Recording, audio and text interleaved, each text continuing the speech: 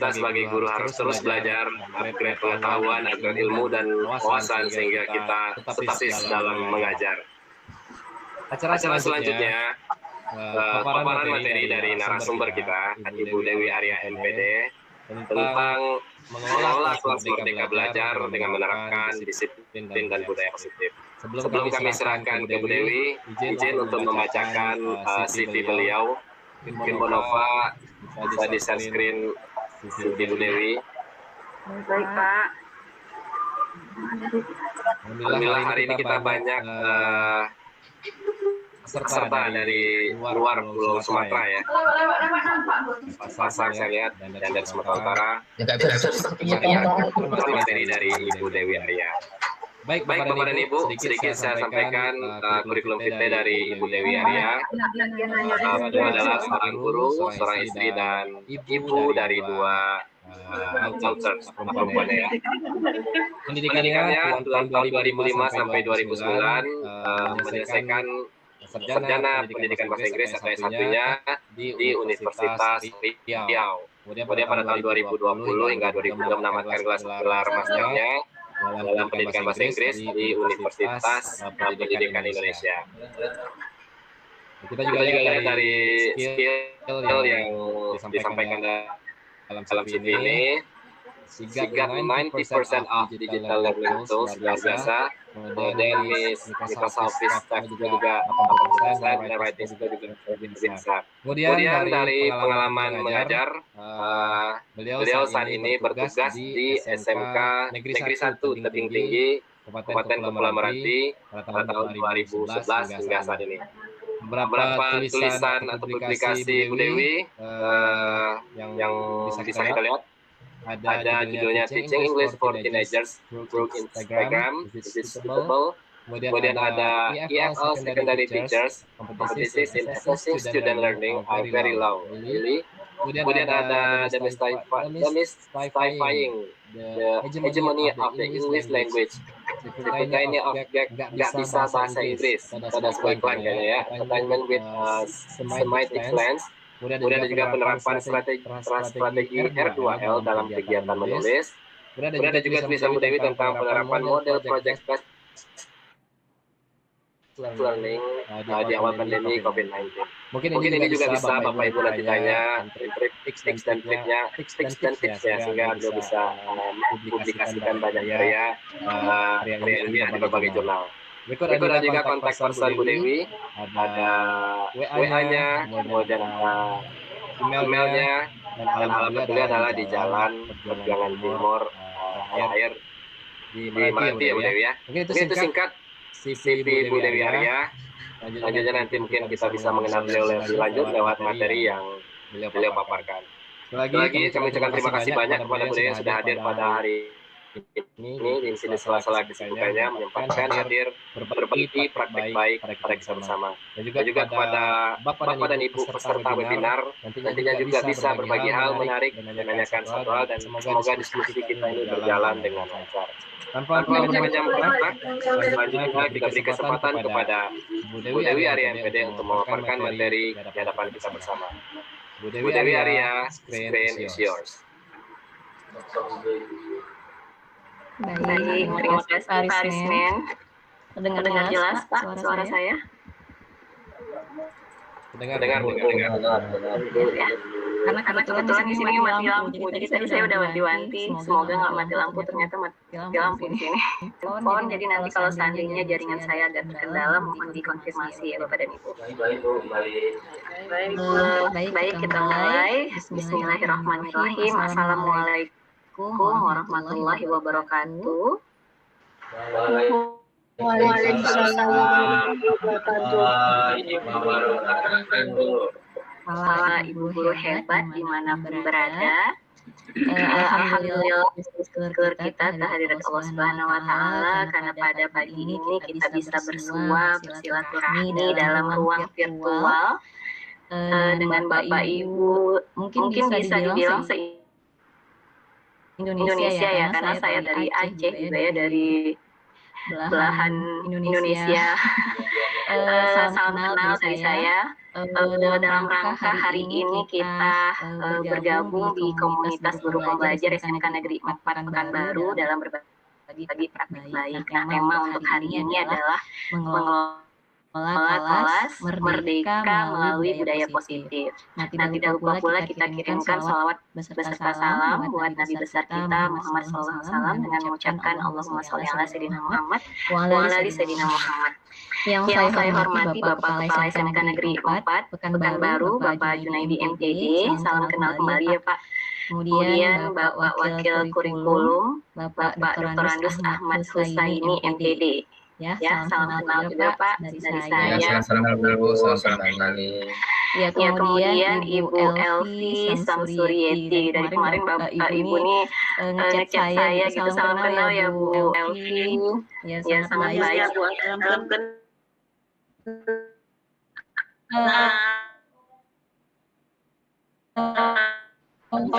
Iya, siap Dewi. Jadi sebelum saya mulai presentasi hari ini, saya mau pantun juga satu kali. Jadi awalnya tadi saya nggak mau pantun, tapi karena yang lain pada pantun, saya mau coba juga ya.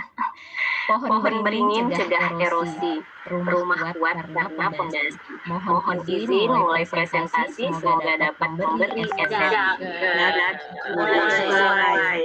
Ya, baik, izinkan saya memperkenalkan diri terlebih dahulu. Tadi sudah diperkenalkan sama Pak Arismen, tapi mungkin sebagian tidak ada di CV saya. Nah, nama saya terdiri dari dua kata saja, Bapak dan Ibu, Dewi dan Arya. Jadi kalau untuk kata pertama mungkin pasaran sekali ya, familiar sekali nama Dewi. Tetapi mungkin yang membuat berbeda itu adalah kata itu. Jadi nama saya singkat Dewi Arya. Nah, untuk tempat tanggal lahir saya itu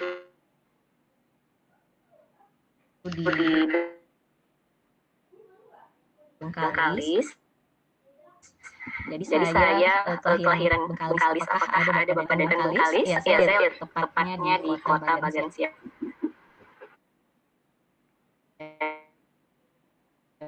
Sepertinya ya. Oke, jadi saya dari kecil sampai kelas 2 SD itu di Bagansiap Yapi. Kemudian dari kelas 2 SD sampai sekarang orang tua saya menetap di Kota Dumai. Jadi asal saya kalau bisa dibilang karena mendominasi itu Kota Dumai, jadi asalnya dari Kota. Nah, saat ini saya bertugas di SMK Negeri 1 Tebing Tinggi Kabupaten Kepulauan Meranti. Jadi sudah melalang buana juga ya dari Bengkalis, kemudian pindah ke Rohil dari Bagansiap Yapi ya, kemudian pindah ke Dumai dan saat ini pindah kerja di SMK Negeri 1 Tebing Tinggi Kabupaten Kepulauan Meranti. Nah, saat ini saya menjabat sebagai Wakil Kepala Sekolah bagian Manajemen Mutu dan saya juga Ketua MGMP Bahasa Inggris di Kabupaten Kepulauan Meranti dan sekaligus saya juga penggerak komunitas praktisi sekolah. Dan saat ini saya sedang mengikuti pendidikan guru penggerak angkatan 10. Jadi saat ini saya sedang mengikuti pendidikan guru penggerak angkatan 10. Jadi Bapak dan Ibu saya masih calon gitu ya. Jadi belum lulus TP-nya. Mudah-mudahan lulus dengan baik. Nah, Bapak Ibu di sini saya lihat tadi dari SMK Negeri 4 Pekanbaru itu sudah banyak yang sudah GP. Semoga dapat menularkan ilmunya kepada rekan-rekannya ya. Nah, untuk gaya belajar saya sendiri yaitu visual. Saya hobi membaca, kemudian saya suka saya cepat nangkap kalau seandainya teksnya itu terlihat di depan mata saya begitu. Jadi makanya saya mengidentifikasi gaya belajar saya itu adalah visual. Nah, untuk WA Bapak Ibu bisa kontak saya di nomor ini. Email saya juga ada, saya lampirkan di sini. Dan untuk lihat serangkaian kegiatan yang saya biasa lakukan di hari-hari saya itu Bapak Ibu bisa lihat di YouTube, IG dan TikTok. Oke. Baik, setelah ini Bu, silakan slide-nya.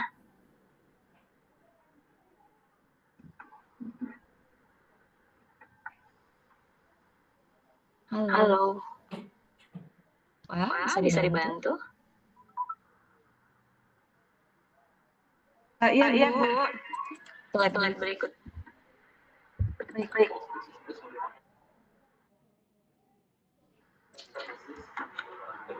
Oke. Nah, ini adalah kesepakatan belajar kita hari ini. Yang pertama adalah saya mohon untuk Bapak dan Ibu yang tidak terkendala dengan jaringan dapat, jadi bukan saya sendiri atau moderator sendiri yang berbicara. Bapak Ibu dan Ibu sudah hadir di sini bersama-sama kami begitu. Kemudian yang kedua berbicara dari gunakan chat box untuk bertanya atau merangkum dari apa nanti yang sudah dipaparkan. Nah, terakhir adalah hargai waktu kita bersama karena kita tidak lama Bapak dan Ibu, hanya 1 jam saja. Jadi saya mohon kita gunakan waktu 1 jaman ini untuk berbagi pengalaman yang sudah kita miliki gitu.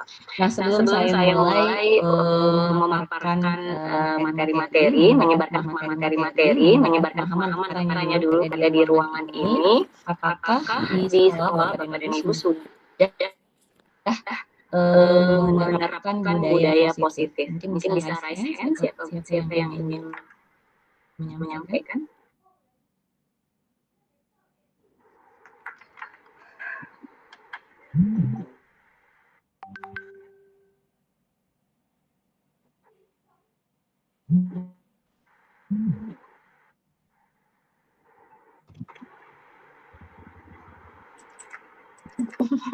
Ada yang ingin berbagi? Iya, silakan. Baik,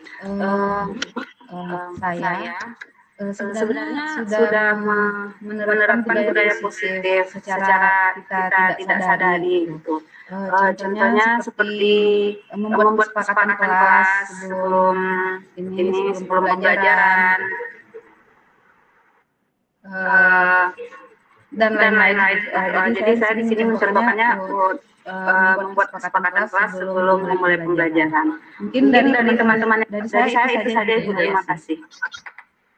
Iya, terima kasih Bu Nova. Silakan Bapak Ibu yang lain bisa berbagi cerita dulu sebelum kita mulai.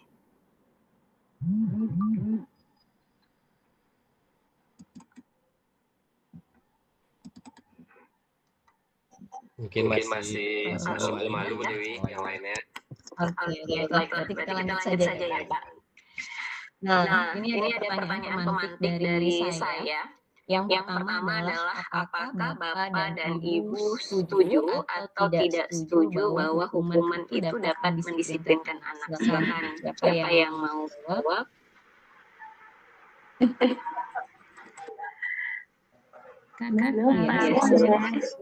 Silakan Bu Laila. Oke, Kalau menurut kelas ini, memandang situasi pembelajaran yang Bapak Ibu sampaikan itu membosankan, sehingga dia tidur, gitu. Daripada saya mendengarkan yang bosan-bosan, gitu kan, bagus saya tidur, gitu Bapak dan Ibu. Jadi kita tidak bisa memposisikan diri kita itu, kitalah penguasa, kitalah pemaksa, gitu tidak bisa. Jadi kita harus bisa mindset kita dirubah bahwa orang punya beli dan setiap perilaku itu punya tujuan. Dia tidur punya tujuan. Dia datang terlambat ke kelas karena ke kantin lapar. Jadi kita harus cari tahu itu. Baru kita koreksi kesalahannya. Dan Yanti menjadi model berpikir menang-menang. Kalau dulu kita misalnya nih ada kasus anak tonjok-tonjokan foto aja gitu ya. Nah dulu kita cari tahu siapa sih yang paling salah gitu. Siapa sih yang benar gitu. Siapa sih yang benar salah gitu ya. Siapa yang benar. Dip, kayaknya kita sejalan Dip. Ayo, kakak aja. Siapa yang salah? Tahu nanti dia Kalau sekarang berpikir menang-menang. Orang yang mempertahankan diri itu penting dan dia emosi terpancing emosinya itu wajar manusiawi. Jadi ibarat bahwa orang menang-menang. Jadi kalau ada anak tonjok-tonjokan jangan kita cari siapa salah siapa benar, tetapi dua-duanya ini sama-sama menang, sama-sama mempertahankan dia tidur punya tujuan. Dia datang salah ke kelas karena alasannya akan ya salahnya tadi kita harus cari tahu apa kita cara perbaikannya dan yang jadi menjadinya pada solusi bukan fokusnya pada siapa. Kalau kita misalnya nih itu sudah tahu ya, jadi tadi adalah teori stimulus respon cari dan cari tahu siapa sih yang paling salah, yang punya kendali yang adalah diri kita, siapa sih yang benar salah ya siapa yang benar maka murid sendirilah yang punya kendali gitu Bapak dan siapa yang bimbingnya menuntunnya gitu.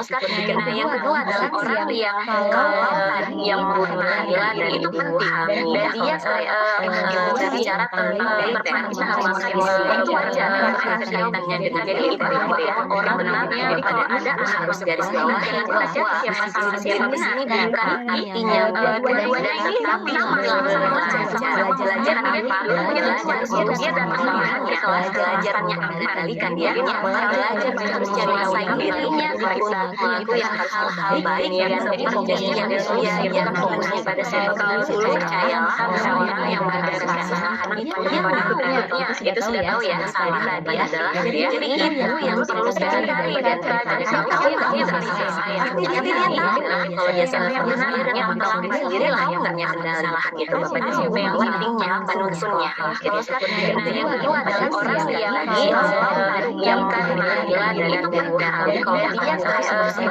secara dari dia belajar itu wajar akhirnya jadi proses orang benarnya dia harus garis bawah jadi benar itu sebenarnya tidak belajar tapi belajar dirinya dan belajarnya mengendalikan dia cari masalahnya baik kita itu manusia Bapak dan Ibu sama halnya sama kita sama-sama manusia yang tidak luput dari kesalahan dan dia sekarang ini sedang berusaha sedang belajar untuk menjadi manusia yang baik begitu ya jadi itulah dia belajar untuk mengontrol dirinya mengendalikan dirinya menguasai dirinya untuk melakukan hal-hal baik sehingga menjadi manusia yang baik begitu ya nah jadi intinya adalah seseorang yang memiliki disiplin diri itu berarti mereka bisa bertanggung jawab terhadap apa yang dia lakukan berdasarkan tindakan mereka pada nilai-nilai kebaikan yang mereka yakini itu gitu. Nah nilai-nilai kebaikan yang mereka yakini itulah yang harus kita gali dalam dirinya, yaitu terkultivasi intrinsiknya atau motivasi internalnya Bapak dan Ibu. Nah, jadi kalau kita kaitkan dengan teori motivasi, itu ada 3 hal yang mendasari seseorang berperilaku atau bersikap. Yang pertama itu adalah untuk tadi kalau seandainya anaknya tidak meninggalkan sebenarnya pun di lantai, itu bisa jadi motivasinya adalah eksternal supaya menghindari ketidaknyamanan atas hukuman push up tadi begitu ya. Jadi ingat ada 3 hal yang mendasari orang berperilaku. Yang pertama adalah untuk menghindari ketidaknyamanan atau hukuman. Yang kedua adalah untuk mendapatkan imbalan dari orang lain atau institusi. Jadi kalau tadi penghargaan ya Bapak dan Ibu, jadi kalau dikasih penghargaan, dikasih hadiah, begitu dia akan baik ya. Tapi nanti pada saat tidak dikasih lagi, dia pasti kembali ke awalnya gitu, ke settingan awal gitu. Dia tidak akan baik lagi karena dia berperilaku atau bertindak itu hanya untuk mendapatkan penghargaan dari Bapak dan Ibu, untuk mengharapkan pujian dari Bapak dan Ibu. Jadi bukan dari motivasi internalnya. Sehingga untuk menerapkan disiplin positif di sekolah Bapak dan Ibu, di kelas Bapak dan Ibu, maka Ibu Bapak harus membangkitkan, menggerakkan motivasi internal dari anak didik kita, yaitu untuk menghargai dirinya sendiri, untuk menjadi manusia yang baik seutuhnya. Itulah tujuan disiplin positif Bapak dan Ibu. Sampai di sini bisa dipahami? Bisa ya. Oke, baik. Jadi saya sengaja tuh kemarin nanya slide gitu ya. Jadi saya dari yang sudah saya baca, yang sudah saya pahami itu dalam bentuk simpel. Baik. Nah, yang kedua tadi seperti yang sudah saya sebutkan, bahwa anak berbuat salah itu pasti ada kebutuhan dasar. Jadi itulah yang harus kita cari tahu. Nah, kebutuhan dasar apa saja yang ada pada manusia? Yang pertama adalah bertahan hidup. Jadi kalau kasusnya tadi anak datang terlambat karena dia pergi ke kantin, berarti ada kebutuhan dasar yang tidak terpenuhi. Yang mendapat hukuman bla bla bla, dan ini sangat tidak pantas dilakukan oleh seorang guru menurut saya. Terima kasih Bu. Iya betul ya, terima kasih. Mungkin jawaban Bu Hanif ini menarik karena kita ini sekarang coba kita kembali diingat ke masa yang lalu, pasti punya pengalaman negatif ya. salah satunya hukuman guru ya Bapak dan Ibu. Nah itu yang perlu ini nih diingat-ingat gitu ya. Jadi jangan nanti hal yang pernah kita alami dulu kita ulang kembali ke anak didik kita ya. Nah yang kedua, menurut Bapak Ibu tindakan Bu Mary terhadap Nadia adalah hukuman atau konsekuensi? Itu mengapa? Silakan. Ada yang menjawab di chat. Silakan Bapak dan Ibu yang tidak mau raise hand, silakan dijawab di kolom chat saja, tidak apa-apa.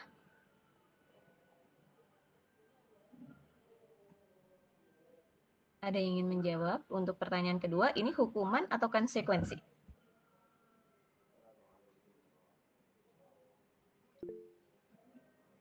Iya, silakan Yunis.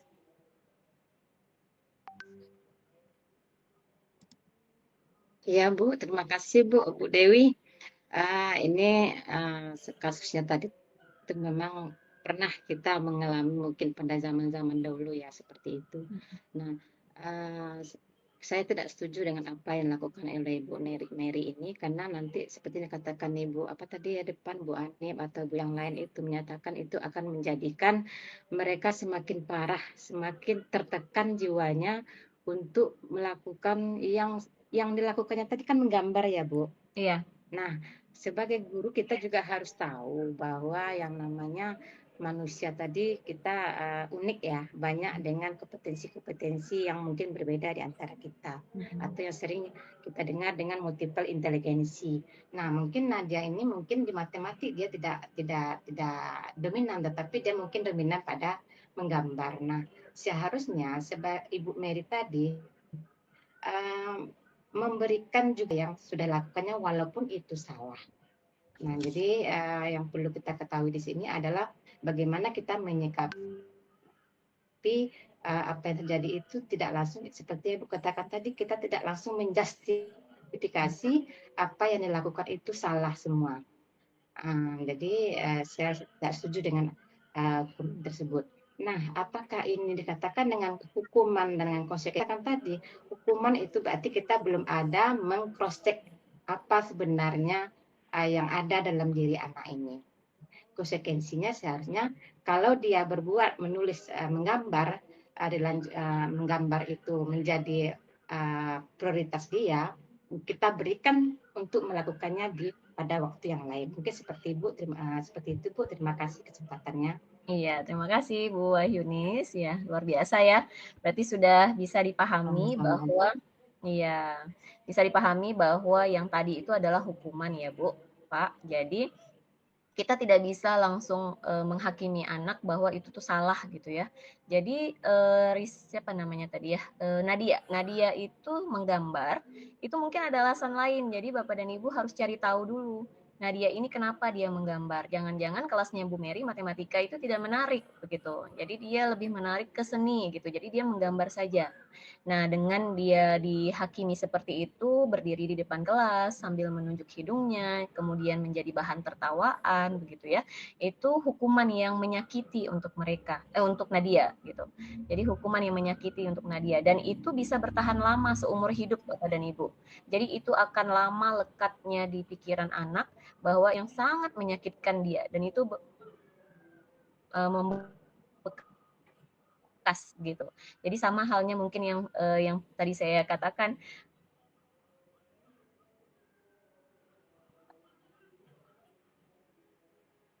bahwa asas sekolah gitu ya. Jadi jangan sampai tertif Bapak dan Ibu. Jadi kita positif. Jadi memberi konsekuensi. Jadi bukan hukuman begitu. Nah, kita lanjutkan ke slide berikutnya. Iya, ini tadi ya.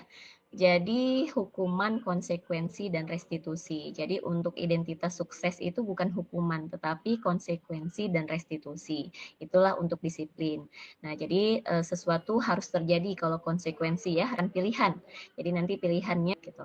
Kemudian hukuman tidak nyaman untuk murid. Untuk jangka waktu yang panjang seperti yang saya katakan tadi. Jadi kita punya pengalaman-pengalaman negatif pada saat sekolah, itulah dia. Hukuman itu jangka waktunya panjang, lama bekasnya. Sementara konsekuensi itu jangka waktunya itu menguatkan untuk murid, anak dalam jangka waktu yang panjang. Kemudian murid akan tersakiti, sementara itu akan mendapatkan penguatan begitu. Kemudian itu nanti perilakunya bisa lebih daripada yang dia lakukan sebelumnya. Tetapi kalau konsekuensi itu masalah terpecahkan gitu ya. Jadi bisa dibaca di sini. Jadi intinya adalah kalau untuk hukuman itu negatif, kalau konsekuensi itu netral dan restitusi positif. Jadi untuk menjalankan disiplin positif maka kita harus melakukan restitusi ya Bapak dan Ibu. Nah, apa itu? Kita lanjutkan ke slide berikutnya.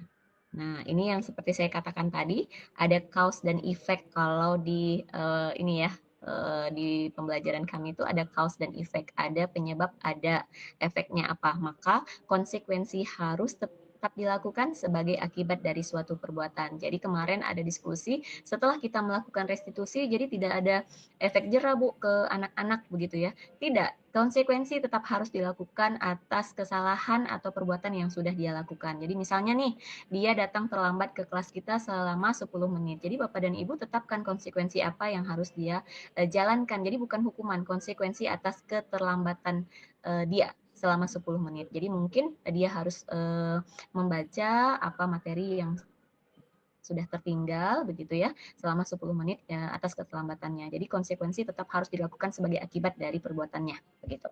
Nah, lanjut ke slide berikutnya Bu Nova. Iya, nah nih. Jadi ini kita tes pemahaman. Jadi saya mau Bapak dan Ibu silakan ketik di chat box jawabannya apakah ini hukuman atau konsekuensi gitu ya. Yang pertama adalah mencatat 100 kali di dalam buku kalimat saya tidak akan terlambat lagi karena dia itu terlambat datang ke sekolah. Apakah itu hukuman atau konsekuensi? Ya Pak Edi, hukuman begitu ya. Iya, hukuman. Nah, apakah ada jawaban yang berbeda? Ibu Risnawati. Ibu Risnawati bisa dielaborasi apa itu hukuman?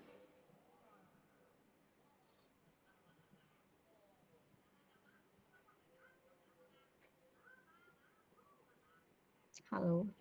Oh, enggak ada ya. Ibu Ris berbicara langsung. Ibu Ardina Tambung bisa dielaborasi? Bisa disampaikan alasannya kenapa ini disebut hukuman?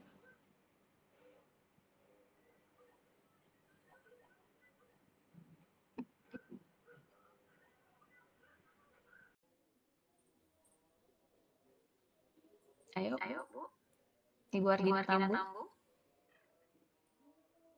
Tidak mau, tidak siap. Pak Edi selamat. Bisa dielaborasi. Baik Bu, terima kasih atas waktu yang diberikan.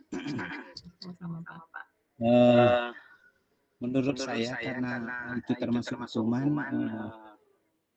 mencatat itu suatu hal yang berat oleh siswa hari ini. Jadi dengan memberikan hukuman seperti mencatat saya tidak akan terlambat lagi, apalagi 100 kali. Itu akan membebani mental dia. Kemudian bisa jadi selanjutnya dia akan lebih parah lagi dari sebelumnya. Itu aja Bu. Terima kasih Bu. Baik, terima kasih ya Pak.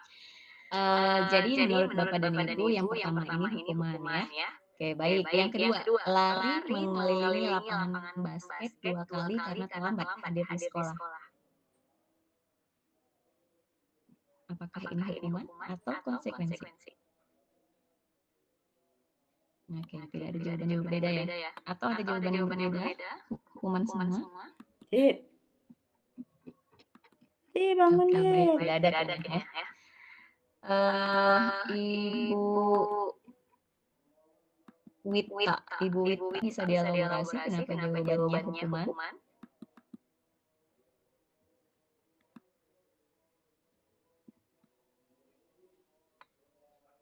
Tidak bersedia ya. Oke, baik. sudah saya lanjutkan saja. Murid diminta untuk push up 15 kali karena tidak menggunakan masker ke sekolah.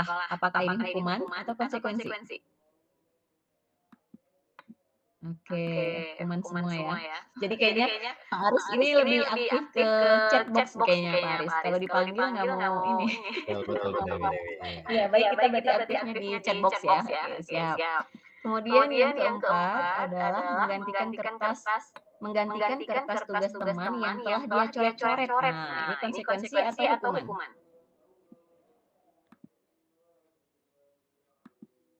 Iya, konsekuensi ya.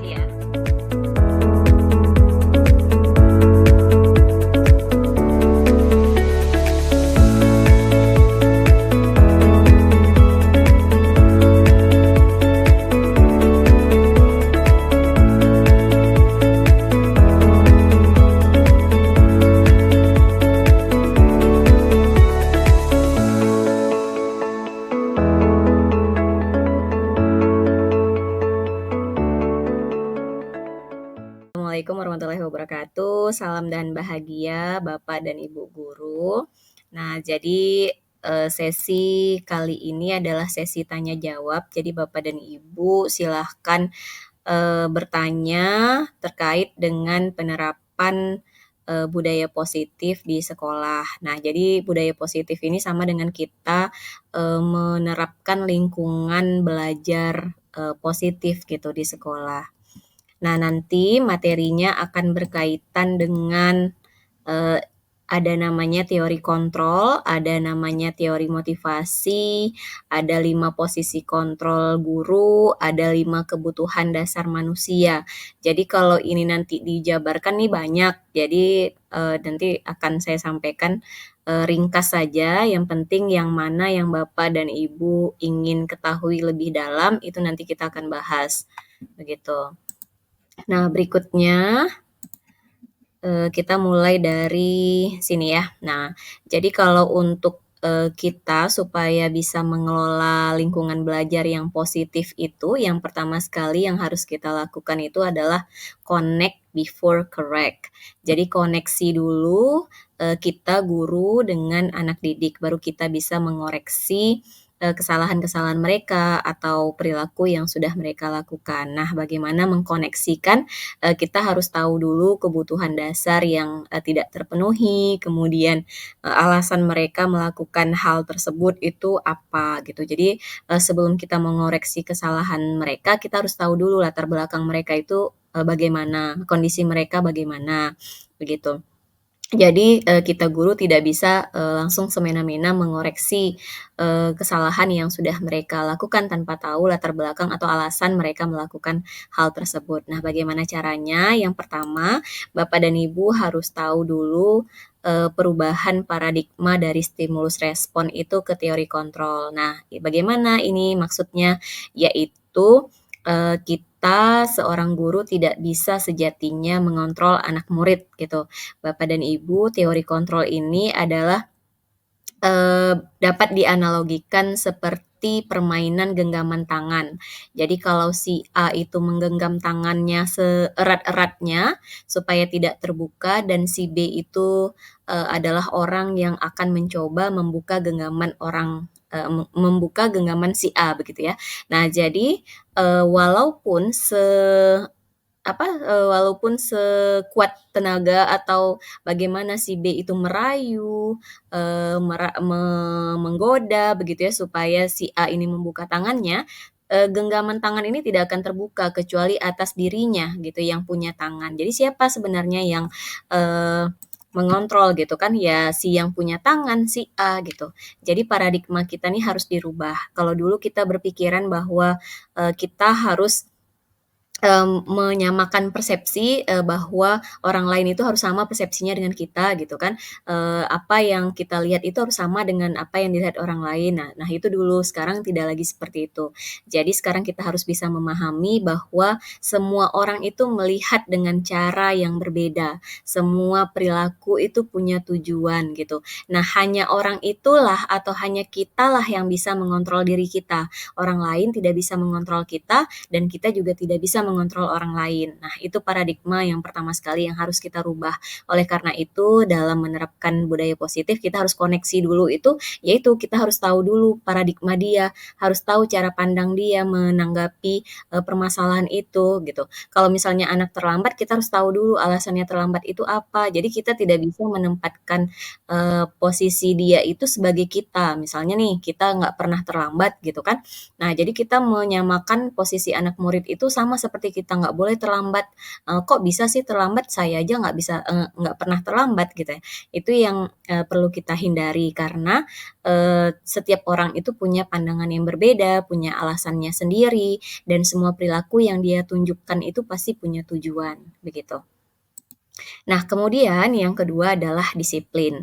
Nah, dari disiplin di sini kita tidak bisa mengartikannya sebagai seperti militer begitu ya, harus patuh pada aturan, kemudian taat pada aturan. Tetapi disiplin di sini lebih relevan kepada artinya belajar.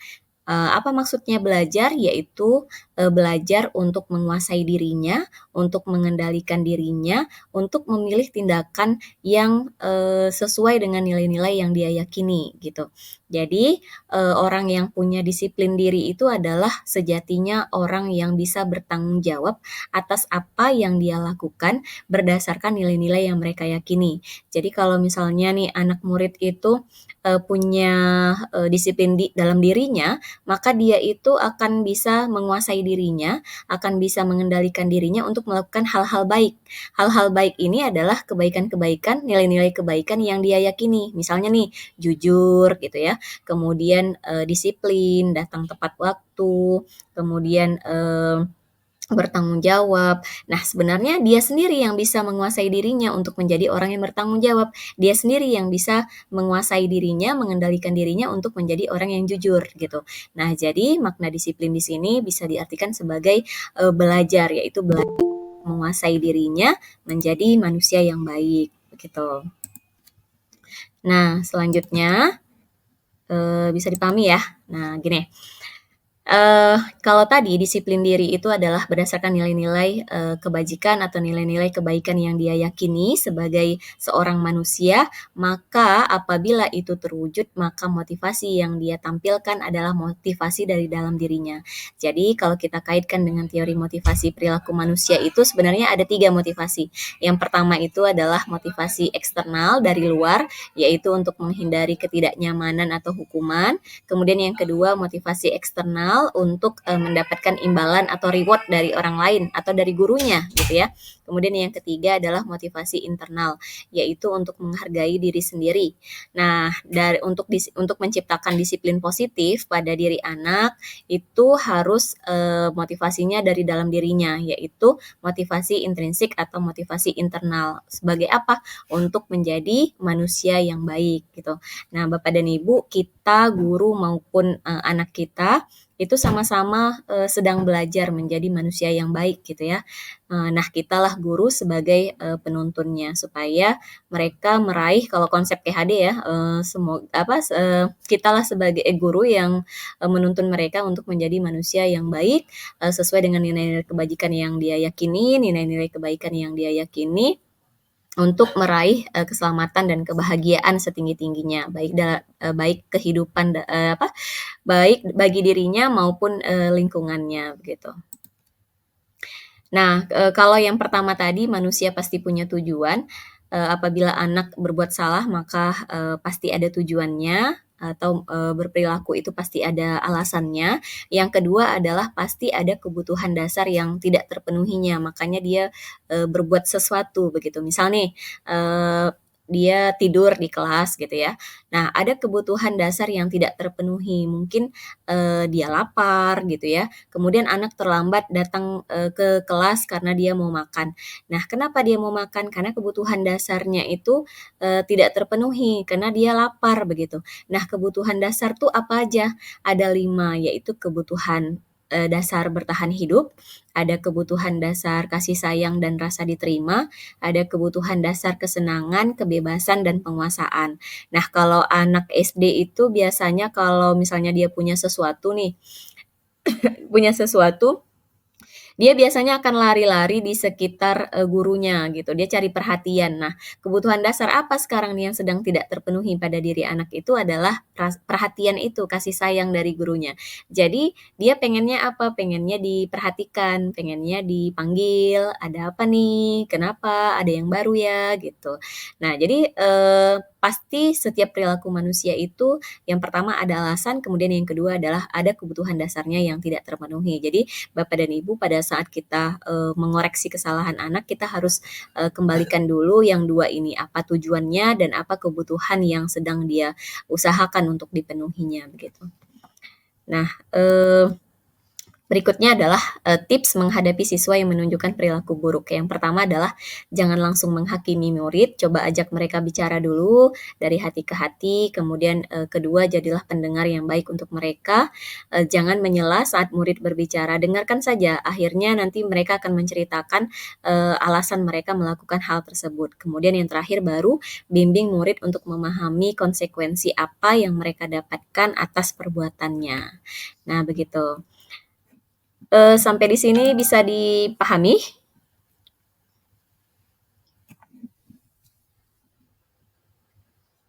Halo? Bisa, Bu, lanjut. Ya, lanjut ya. Baik, nah sini ada kasus. Nanti Bapak dan Ibu silakan jawab ya. Kasusnya adalah Nadia kurang menguasai pelajaran matematika, sehingga pada saat pelajaran tersebut berlangsung, Nadia lebih banyak berdiam diri dan menggambar di buku pelajarannya. Pada saat gurunya, Bu Mary menanyakan pertanyaan, Nadia menjadi gugup dan tak sengaja menjatuhkan tasnya dari kursi, serta tiba-tiba menjadi gagap pada saat berupaya menjawab. Nah, seluruh kelas pun tertawa melihat perilaku Nadia yang tergagap dan terkejut tersebut. Bu Mary pada saat itu membiarkan teman-teman Nadia menertawakannya, yang tergagap dan malu luar biasa. Malahan minta Nadia untuk maju ke depan dan berdiri di depan kelas, sambil menunjuk hidungnya karena tidak bisa menjawab pertanyaan Bu Mary. Nah, kelas semakin gaduh dan anak-anak pun tertawa melihat Nadia di depan kelas, memegang ujung hidungnya. Pertanyaannya adalah, apakah Bapak dan Ibu setuju dengan tindakan Bu Mary terhadap Nadia? Mengapa? Bapak dan Ibu, saya butuh responnya. Silakan menjawab untuk pertanyaan nomor 1. Bagaimana pendapat Bapak dan Ibu? Silakan. Oke, Pak Iwan. Setuju. Setuju ya? Ya, setuju. Setuju. Kenapa Pak Iwan setuju? Ya, setuju. Oh, nggak setuju. Siapa yang ngomong nih, Pak Audrey atau Pak Iwan? Oke, nggak setuju ya. Kenapa, Pak? Ia memalukan anak di depan orang ramai. Oke. Memalukan ya, Pak ya? Memalukan. Ya, mempermalukan. Oke. Jadi tidak setuju. Lanjut. Nah, untuk pertanyaan kedua. Menurut Bapak dan Ibu, tindakan Bu Mary terhadap Nadia hukuman atau konsekuensi? Hukuman. Hukuman. Kalau Pak Iwan, yang lain? Kira-kira kalau seperti ini kejadiannya, ini hukuman atau konsekuensi? Ya, silakan. Hukuman, Bu. Hukuman, oke. Setuju ya berarti ya? Berarti udah paham bahwa kalau seperti ini kejadiannya, ini adalah hukuman. Jadi Bapak dan Ibu,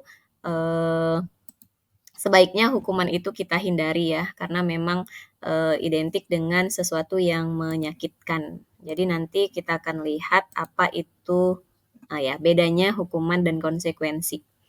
Nah, kalau untuk hukuman, ini kita akan menciptakan atau melahirkan identitas gagal dari seorang siswa. Sementara konsekuensi dan restitusi ini kita akan melahirkan identitas sukses siswa gitu ya. Kenapa dikatakan identitas gagal? Karena kalau hukuman itu adalah sesuatu yang menyakitkan gitu. Dan itu terjadi secara tiba-tiba, tidak direncanakan sebelumnya. Dan hukuman itu tidak nyaman untuk jangka waktu yang panjang. Jadi kalau kita kita ingat kembali, setiap kita pasti punya pengalaman positif dan negatif pada saat masa sekolah. Nah, mungkin bisa jadi salah satunya adalah hukuman. Hukuman itu akan lama ingatannya. Bahkan sampai sekarang Bapak dan Ibu sudah menjadi guru pun mungkin masih ingat pernah dihukum sama gurunya dulu waktu di sekolah. Iya atau enggak? Iya ya. Iya. Nah, jadi apa? Pak Iwan pernah dihukum ya? Banyak lah, Bu. Itu dia. Jadi sekarang ini makanya kita menghindari hukuman karena itu efeknya akan lama dan anak itu akan bisa jadi membenci kita pada suatu waktu gitu ya. Nah, beda dengan konsekuensi. Konsekuensi itu adalah sesuatu harus terjadi karena perilaku atau suatu kesalahan gitu. Jadi ada konsekuensinya. Bahkan kita sebagai umat beragama saja pada saat kita melanggar aturan ada konsekuensinya begitu ya. Nah, jadi beda dengan hukuman. Kalau konsekuensi ini ada perbuatan, ada perilaku yang dilanggar, maka ada konsekuensinya dan itu harus kita terima. Dan itu tidak nyamannya jangkanya pendek, tidak panjang. Nah, kemudian penguatannya juga dalam jangka waktu yang pendek. Nah, kemudian ada restitusi. Jadi restitusi ini nanti kita akan singgung. Jadi setelah konsekuensi itu ada restitusi. Kalau keduanya Bapak dan Ibu bisa dijalankan, maka kita akan bisa menghasilkan identitas sukses pada diri anak. Kenapa? Karena pada saat kita merestitusi, maka anak bisa mencari solusi atas permasalahan dirinya sendiri. Jadi kalau tadi kita kaitkan dengan konsekuensi nih, contoh anak melakukan salah, kita tanya konsekuensi, dia tahu bahwa dia sudah melakukan kesalahan dan dia tahu bahwa dia akan menerima konsekuensi dan restitusinya itu kita tanya ke mereka apa yang bisa mereka lakukan untuk memperbaiki kesalahan yang sudah mereka lakukan begitu. Nah, jadi restitusi ini nanti jatuhnya adalah penguatan pada diri anak. Menggali potensi dirinya untuk mencari solusi-solusi untuk memperbaiki kesalahannya. Nah, jadi kalau kita pilih hukuman dan konsekuensi, maka kita harus pilih konsekuensi dan selanjutnya nanti restitusi. Nah, ini yang harus kita garis bawahi. Jadi kemarin ada miskonsepsi bahwa pada saat kita melakukan restitusi, maka kita tidak melakukan konsekuensi. Tidak. Pada saat kita melakukan restitusi, maka konsekuensi tetap harus dijalankan sebagai akibat dari perbuatan atau tingkah laku atau perilaku yang sudah mereka tunjukkan. Gitu. Nah, ini adalah tes ini ya. Kita tes suara dong untuk tes pemahaman. Kalau mencatat 100 kali di dalam buku, kalimatnya saya tidak akan terlambat lagi karena dianya terlambat ke sekolah. Ini termasuk hukuman atau konsekuensi? Hukuman. Hukuman ya. Kenapa hukuman? Hukuman tadi dia tiba-tiba, Pak. Hukuman itu dilakukan secara tiba-tiba dan ini menyakitkan. Apakah menulis itu menyakitkan? Kok gelap ya? Menyakitkan, Bu, tapi membuat penat, Bu. Oke. Nah, ini bisa aja dilakukan gitu, Pak. Kalau seandainya, jadi saya lebih setuju kalau ini tuh ini ya, konsekuensi. Kenapa? Konsekuensi. Ya, kenapa? Karena ini bentar ya, ini dikoneksi. Kenapa saya lebih setuju konsekuensi? Karena dia tuh terlambat, jadi harus ada konsekuensi atas keterlambatannya gitu. Jadi kita harus, itu yang kita perlu jelaskan ke anak bahwa pada saat dia terlambat itu ada konsekuensinya atas keterlambatannya. Jadi kita tidak bisa membiarkannya saja. Misalnya nih cukup dicatat di buku piket misalnya kita ya seperti itu. Tidak, harus ada konsekuensi atas keterlambatannya. Salah satunya adalah kita membuat kesepakatan dulu dengan dia. Jadi bedanya hukuman dengan konsekuensi itu, kalau hukuman itu secara tiba-tiba, kalau konsekuensi itu kita udah bicarakan dulu di awal. Nah, itu baru bisa dijalankan gitu. Jadi anak harus tahu dulu bahwa dia nanti terlambat, ini dia konsekuensinya. Kalau anak datang ke kelas kita terlambat, ini konsekuensinya. Kalau dia nggak kerjain PR atau kerjain tugas, minta kartu kendali nih. Misalnya selama dia masuk nggak ada nggak ada tugas satupun yang dia lakukan, maka ada konsekuensinya. Apakah dia harus memenuhi tugasnya dulu, baru kita kasih tanda tangan, itu boleh karena kita sepakati di awal bahwa pada saat nanti di pelajaran saya, maka tugas-tugas harus dipenuhi. Kalau seandainya tidak dipenuhi, maka saya tidak bisa menandatangani kartu kendali begitu. Bisa Bapak dan Ibu. Itu bukan hukuman, tetapi sudah disepakati di awal. Itu adalah konsekuensi dari sikapnya, perilakunya yang tidak memenuhi gitu ya. Nah, kemudian yang kedua adalah lari mengelilingi lapangan basket 2 kali karena terlambat hadir di sekolah. Ini konsekuensi atau hukuman? Bu Dewi. Hukuman bukan? Hukuman ya? Iya, hukuman ya.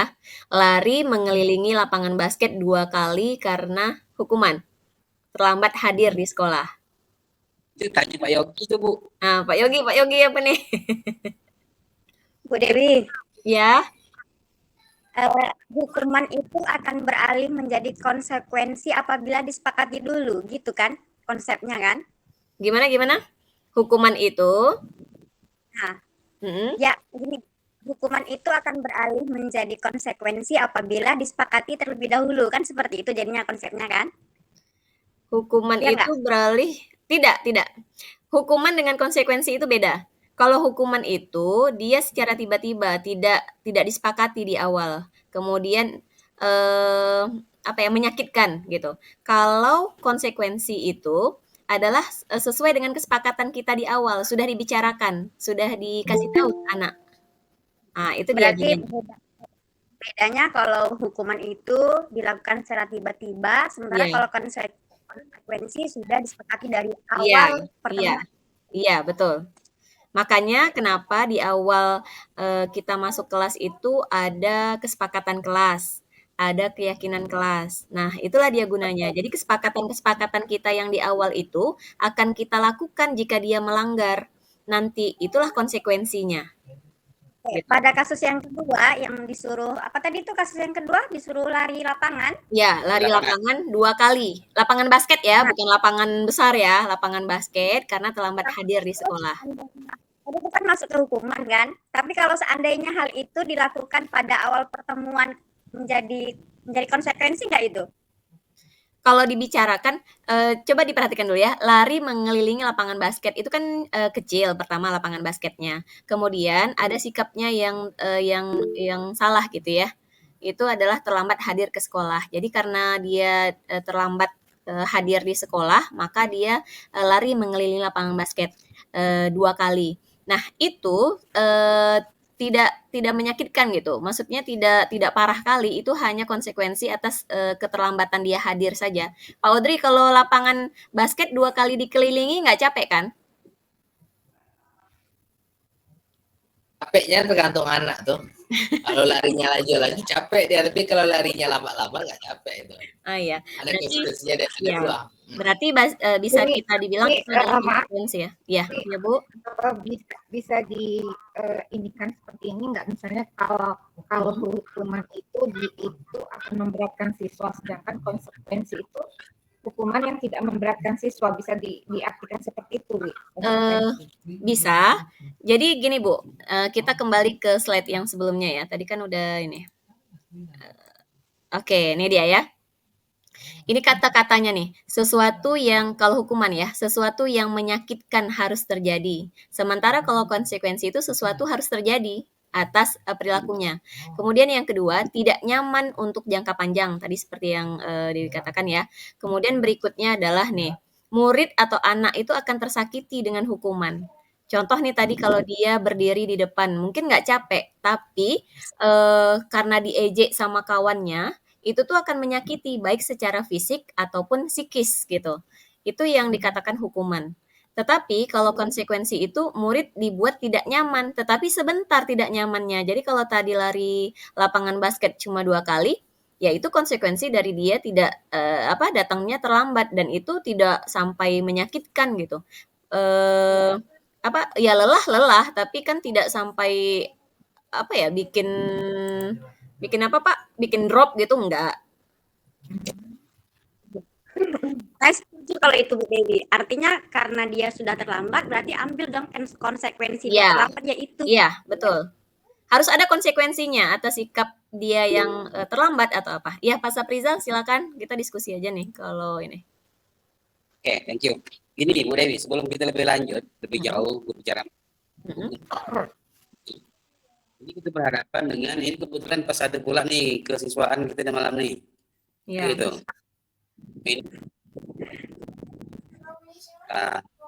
Ini masalah. Ya kan? Nah, Pak siapa dulu mengenai kebutuhan disiplin sekolah ini di bawah itu. Suara Pak Iwan jelek, putus-putus. Iya, putus-putus. Ya, ulang lagi Pak Iwan. Ya, ini pertama tadi masalah yang EPA maksudnya itu apa paham maksud EPA itu Pak? Lanjut. Bisa hukuman bila ada kesepakatan awal kan gitu Pak? Iya. Ya, Pak mengatakan hukuman bisa berubah konsekuensi bila berunding dari awal gitu Pak ya? Iya. Yang kesepakatan buat.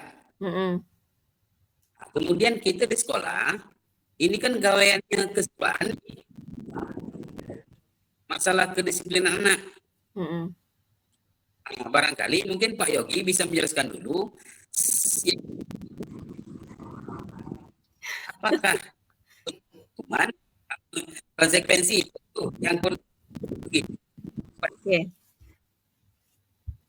Ya, silakan Pak Ot.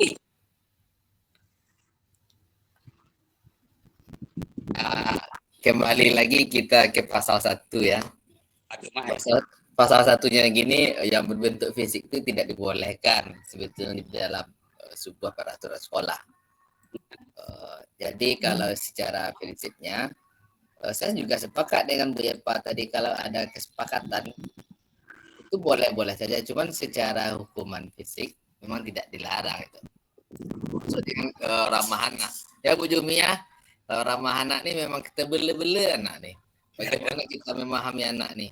Terus memang kalau betul kata Pak Iwan, ini adalah gawainya kesiswaan.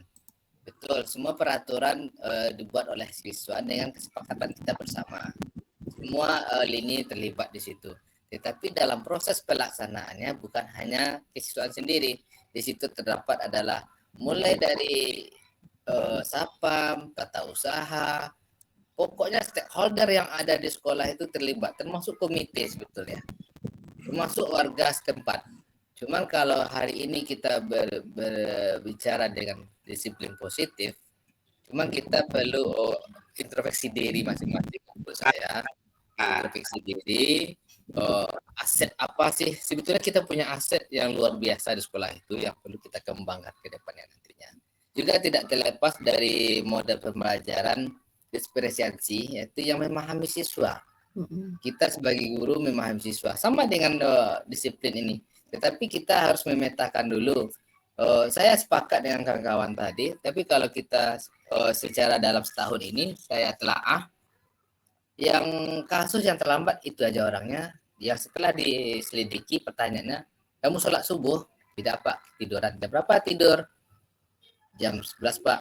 Nah mungkin kamu tidur jam 11, matamu masih merah. Jam berapa?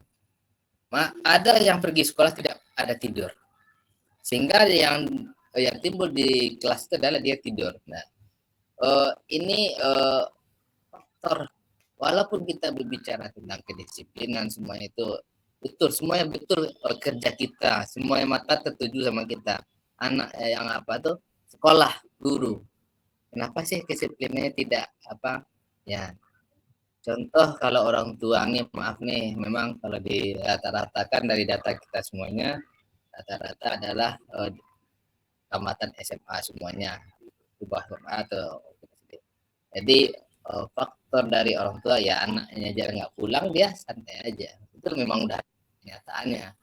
Jadi dari semua yang telat, dari mulai yang telat dulu yang kita bahas telat itu rata-rata 80% dasar cek di lapangan itu rata-rata tidak ada, maaf nih, berarti faktor kalau sholat subuh ini faktor lingkarannya di mana? Berarti di lingkungan keluarga. Kedisiplinan ini tidak terlepas dari orang tua juga. Ini hal yang kecil yang menurut saya. Iya betul. Kalau Nanti akan dari terjawab sini, juga nih nanti.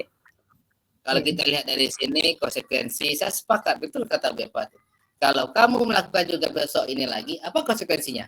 Saya siap Bu untuk lari 20 keliling lapangan. Itu boleh aja kan? Tetapi berbentuk fisik. Tapi sebelumnya udah ada kesepakatan dulu. Emang kamu sanggup? Pertanyaannya. Cuman sekarang di dalam peraturan itu kan dengan hukuman fisik tidak boleh berbentuk kesepakatan. Kalau saya ulang, saya buat perjanjian lagi. Kita hanya bersifat di dunia maya. Apa yang kita kerjakan tetap di dunia maya aja. Yang penting buktinya ada. Itu aja Bu. Bayangan pandangan saya lah tentang gitu. Saya juga belajar juga lebih dalamnya lagi nih. Terima kasih Bu ya, Pak Iwan. Iya, terima kasih sama-sama. Nah, Pak, jadi saya tengahi ya. Jadi nanti akan terjawab. Nah, jadi kalau kita apakah ini nih hukuman atau konsekuensi, atau hukuman nanti bakal jadi konsekuensi gitu. Nah, nanti akan ada kaitannya dengan keyakinan kelas. Jadi keyakinan kelas itu apa yang kita buat itu harus ada nilai kebajikan atau nilai kebaikannya. Jadi kalau nanti misalnya nih anak disuruh sepakat misalnya anak lari 20 kali keliling sekolah, ada nilai kebaikan yang bisa diambil dari lari 20 kali itu, nah itu nanti yang akan dikaji gitu. Jadi kita tidak bisa memberikan konsekuensi itu semena-mena juga. Misalnya nih atas dasar sepakat anak dengan kita sepakat untuk melakukan itu, bukan atas dasar itu saja, tetapi harus ada nilai kebaikan yang dihasilkan dari konsekuensinya itu. Begitu Bapak dan Ibu. Jadi nanti akan ada menyinggung itu. Jadi bukan semena-mena setelah kita membuat kesepakatan terus udah bisa dijalankan, belum. Nanti harus digali lagi apakah ada nilai kebaikan yang dihasilkan dari itu atau tidak, gitu ya. Lanjut ya. Nah, lanjut. Contoh ketiganya adalah murid diminta untuk push up 15 kali karena tidak menggunakan masker ke sekolah. Apakah ini hukuman atau konsekuensi? Hukuman. Iya, hukuman. Ini mana nih Bu Lidiana nih? Yang bakal dapat voucher kayaknya Pak Saprizal nih. Sama Putri. Oke, kita lanjutkan ya. Menggantikan kertas tugas teman yang telah dicoret-coret. Apakah ini hukuman atau konsekuensi? Konsekuensi ya, karena dia udah coret-coret, jadi harus ganti kertas temannya. Kemudian membersihkan tumpahan air di meja tulis karena tersenggol pada saat belajar. Konsekuensi. Iya. Oke, konsekuensi ya Bapak dan Ibu. Lanjut, murid disuruh untuk mengenakan sepatu seharian di sekolah karena tidak mengenakan sepatu hitam. Apakah konsekuensi atau hukuman? Disuruh pakai sepatu seharian, nggak boleh buka.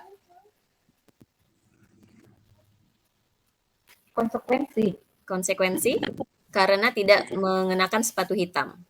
Hukuman atau konsekuensi? Hukuman. Kenapa Bu Meti bilangnya konsekuensi, Bu? Karena ini tidak memberatkan. Mungkin ini sudah dijadikan kesepakatan, kan sudah ada dalam peraturan sekolah bahwa di sekolah itu harus menggunakan sepatu warna hitam. Jadi kalau dia tidak pakai sepatu warna hitam, jadi seharian disuruh pakai dari pagi sampai sore gitu ya? Konsekuensi. Hukuman kayaknya ya. Ini hukuman ya, ya jatuhnya hukuman. Ya kasihan dia nanti pas mau sholat wudhu nggak boleh buka sepatu ya kan Bu, gitu. Yang ada sepatu yang dipakainya basah. Oke, yang terakhir adalah lari mengelilingi lapangan basket 2 kali karena terlambat 10 menit untuk pelajaran PJOK. Ini sama tadi ya, sama yang nomor 2. Jadi ini jatuhnya ke konsekuensi. Jadi lapangan basket itu kecil masih bisa dilakukan. Kalau tambah lagi pelajarannya adalah PJOK kan, jadi relevan dengan fisik gitu ya. Jadi mungkin lebih sehat aja gitu ya Pak. Baik, kita lanjutkan ya. Berarti sudah mulai paham antara konsekuensi dan hukuman. Nah, berikutnya adalah dihukum oleh penghargaan. Nah, ini masih kita lakukan Bapak dan Ibu. Jadi nanti mungkin ke depannya setelah mendapatkan materi ini, Bapak dan Ibu bisa saling mengingatkan, bisa saling merefleksi apa yang sudah kita lakukan gitu ya. Termasuk saya sendiri juga masih melakukannya. Nah, bahwa penghargaan itu berlaku sama dengan hukuman dalam arti meminta atau membujuk seseorang melakukan sesuatu untuk memenuhi suatu tujuan tertentu dari orang yang membujuknya.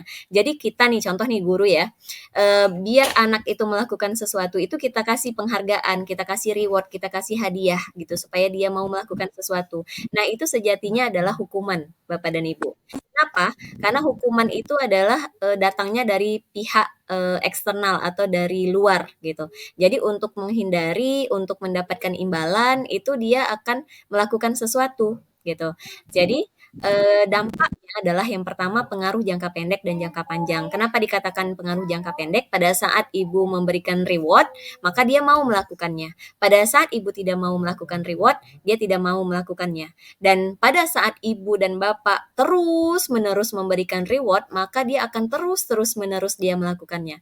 Makanya disebut pengaruhnya itu adalah jangka panjang dan jangka pendek. Jangka pendek pada saat ibu kasih, dia melakukan pada saat itu juga, dan jangka panjangnya pada saat ibu bapak memberikan terus-menerus penghargaan, hadiah kepada anak tersebut, maka dia akan melakukan terus-menerus tetapi karena penghargaan tersebut. Yang kemudian adalah penghargaan tidak efektif. Kenapa dikatakan tidak efektif? Yang tadi saya katakan bahwa pada saat dia dikasih hadiah, dia mau melakukan. Pada saat tidak dikasih hadiah lagi, dia tidak mau melakukannya. Kemudian penghargaan merusak hubungan. Ini bagaimana? Ini contohnya adalah ranking ya, ranking kelas. Itu pada kelas 1 ranking 1, ranking 2, ranking 3. Pada saat dia tidak mendapatkan ranking 2, padahal mungkin di dalam hatinya seharusnya saya gitu juara 1 atau seharusnya saya juara 2. Kenapa saya juara 3? Nah, ini akan merusak hubungan ibu bapak dengan siswa tersebut gitu. Bahkan mungkin bisa menimbulkan kecewa kenapa dia tidak bisa juara 1 dan mungkin bisa menimbulkan buruk sangka pada diri anak. Jadi bisa saja dia suudzon dengan Bapak dan Ibu menganggap bahwa Bapak dan Ibu pilih kasih kepada siswa yang ranking 1 dan ranking 2 dan dia diletakkan di posisi ranking 3 begitu. Jadi penghargaan juga bisa merusak hubungan antara siswa dan guru. Kemudian yang berikutnya adalah penghargaan itu mengurangi ketepatan. Nah, ini contohnya di kelas gitu ya. Saya juga pernah melakukannya. Saya iming-imingi permen atau hadiah gitu. Siapa yang bisa dapat hadiah, siapa yang siapa yang jawabannya benar akan dapat permen gitu ya. Nah, anak yang ingin mendapatkan hadiah dari Bapak dan Ibu itu pasti banyak usahanya. Berkali-kali dia menjawab gitu ya, supaya dapat permen itu, supaya jawabannya benar. Nah, ini mengurangi ketepatan. Kenapa? Karena pada saat dia ingin mendapatkan permen itu, dia mencoba-coba jawabannya sampai jawabannya benar. Makanya dibilang penghargaan itu mengurangi ketepatan. Sedangkan anak yang tidak terpengaruh dengan hadiah yang Bapak Ibu tawarkan, dia akan fokus pada bagaimana menjawab pertanyaan itu dengan benar, bukan mencoba-coba gitu. Makanya dikatakan bahwa penghargaan itu mengurangi ketepatan. Kemudian berikutnya, penghargaan menurunkan kualitas. Kenapa penghargaan menurunkan kualitas? Ini sama dengan tadi cerita bahwa dikasih hadiah, dia kerjakan. Tidak dikasih hadiah, tidak dikerjakan. Sama dengan kualitas. Pada saat dikasih hadiah, bisa aja pekerjaannya bagus. Ternyata pas pada saat tidak dikasih hadiah lagi, pekerjaannya kurang bagus gitu. Jadi motivasinya menurun. Kemudian penghargaan itu menghukum ya, sama tuh ya. Penghargaan menghukum ya pada saat dia dapat, dia senang. Pada saat dia tidak dapat, rasanya terzolimi gitu ya.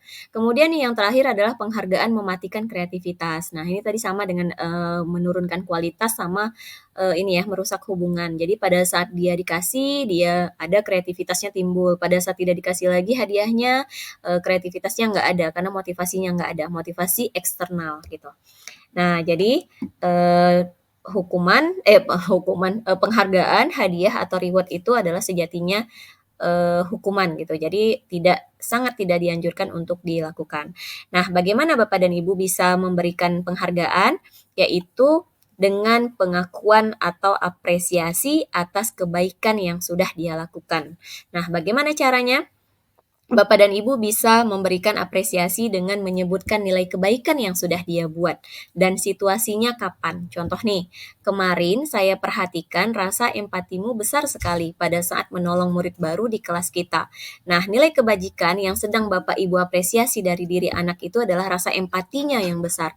Maka Bapak dan Ibu sebutkan nilai kebaikan yang ada pada diri anak itu. Jadi sehingga dia tahu, oh ternyata nilai ini, kebaikan ini yang sedang diapresiasi oleh Bapak dan Ibu guru gitu. Kemudian saya menghargai kepedulianmu pada saat kamu membantu teman-temanmu di tugas kelompok. Maka nilai kebaikan yang sedang Bapak Ibu apresiasi adalah rasa pedulinya kepada teman-temannya. Kemudian, terima kasih untuk rasa tanggung jawabmu pada saat kamu memungut kertas-kertas yang berserakan di lantai. Maka Bapak dan Ibu di sini memberi apresiasi pada nilai kebaikan rasa tanggung jawabnya dengan memungut kertas-kertas yang berserakan di lantai. Jadi Bapak dan Ibu hindari menjanjikan dan mengiming-imingi, cukup diapresiasi dan lebih dekat kepada anak murid. Sebutkan juga nilai-nilai kebajikan yang sudah dia perbuat supaya lebih kuat lagi gitu. Nah, sampai di sini ada yang mau ditanyakan? Berarti Bu Dewi, penghargaan itu hanya sekedar kata-kata, bukan Ya. barang atau benda yang harus dikasih ke anak, seperti itu maksudnya. Betul, betul Bu.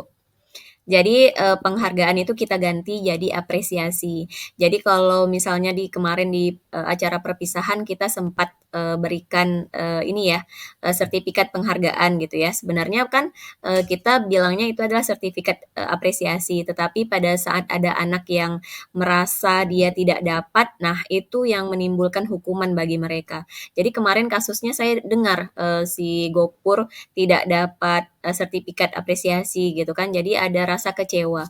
Nah, rasa kecewa inilah yang hukuman jadinya bagi anak didik kita. Jadi pada saat kita lalai, mengabaikan, bahkan mungkin nggak ingat gitu kan, jadi jatuhnya ke hukuman. Jadi hal inilah yang harus dihindari gitu.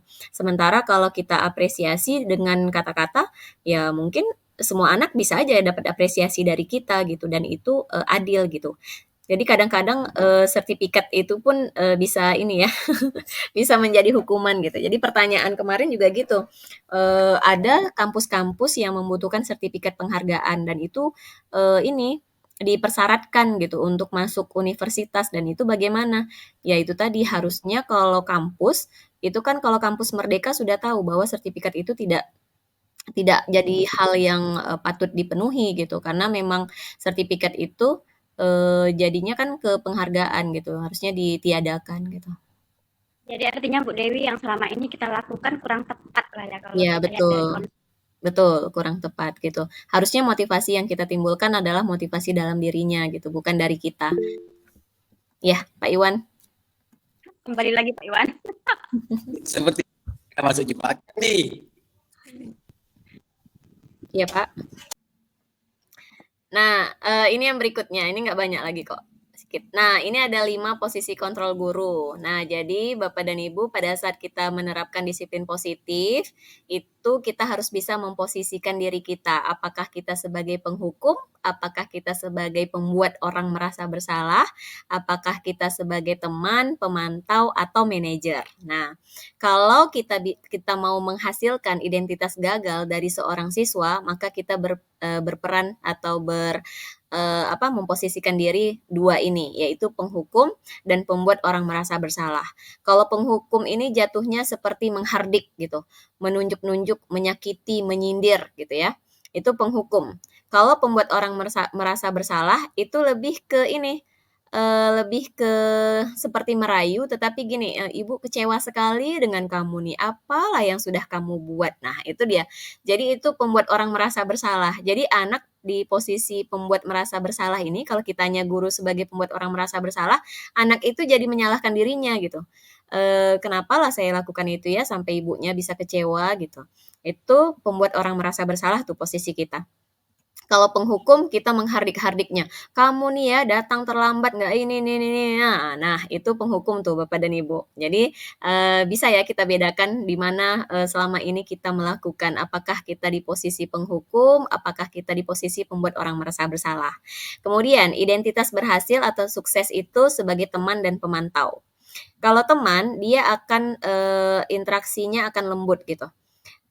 Mungkin lebih ini ya. Kalau saya putarkan ini, bisa nggak disimak? Nah, ini ada contohnya nih.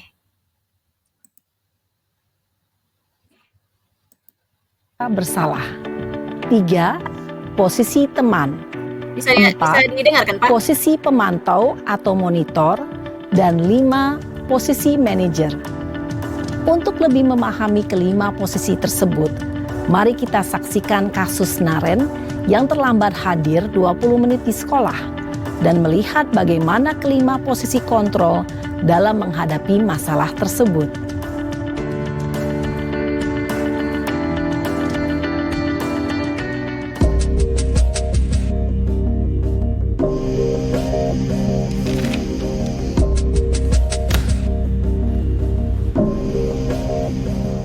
Naren! Sini kamu! Selamat pagi, Bu. Selalu terlambat. Kamu deh, pasti terlambat. Maaf, Bu. Saya... Apa? Apa coba? Alasan kamu apa lagi? Kapan sih kamu tidak terlambat? Malas sekali ya kamu jadi anak. Saya... Dasar pemalas. Gak kapok-kapok sih kamu. Sudah berapa kali terlambat? Sana, kamu keliling lapangan basket 2 kali. Kenapa saya harus keliling lapangan basket, Bu? Kenapa? Kamu mau lawan ibu? Berani-beraninya jawab. Sudah terlambat, masih berani jawab pula. Sekarang, keliling lapangan basket 5 kali sekalian. Biar kapok. Cepat. Pergi sana ke lapangan basket. Posisi penghukum biasanya berbicara dengan nada tinggi, menghardik, menunjuk-nunjuk, menyakiti, dan menyindir. Hukuman bisa berupa fisik maupun psikis. Ibu dan bapak guru hebat. Dampak yang terjadi pada murid ketika guru berada pada posisi penghukum adalah murid cenderung akan memberontak, bahkan menyimpan dendam.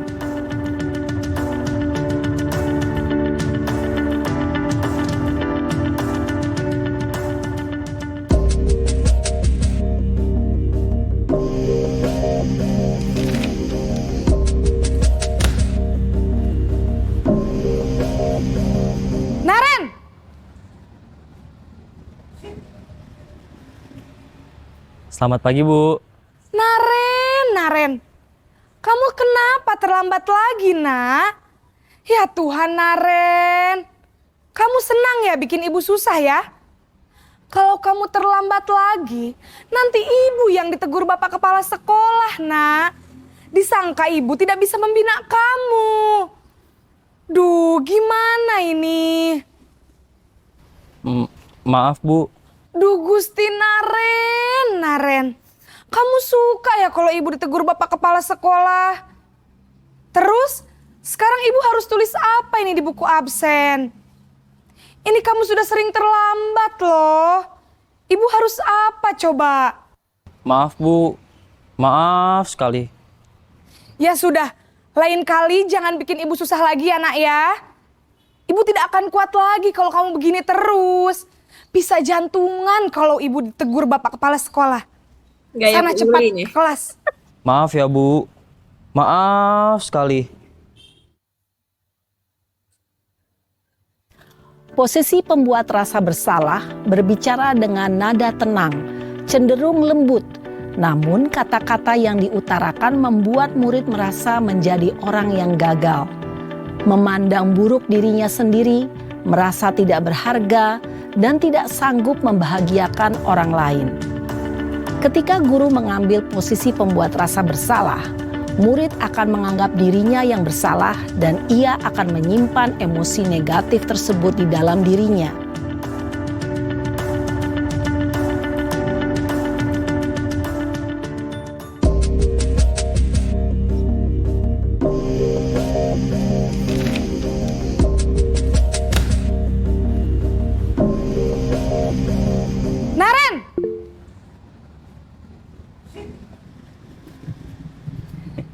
Selamat pagi, Bu.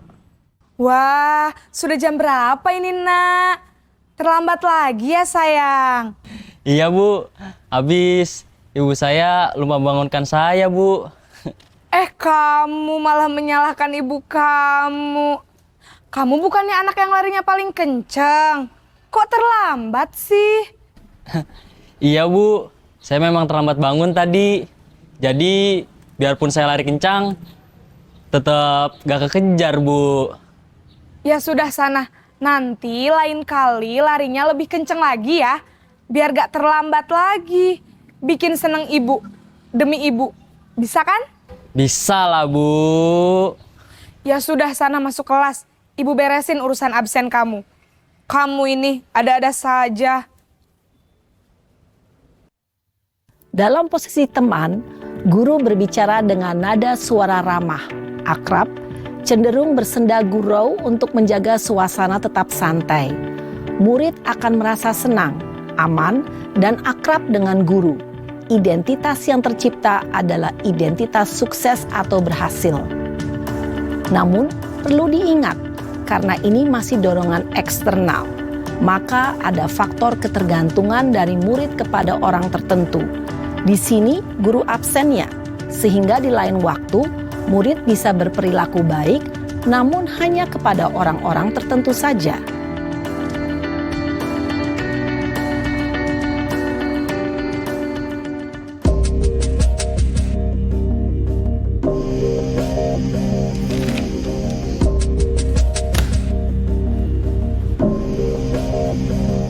Naren!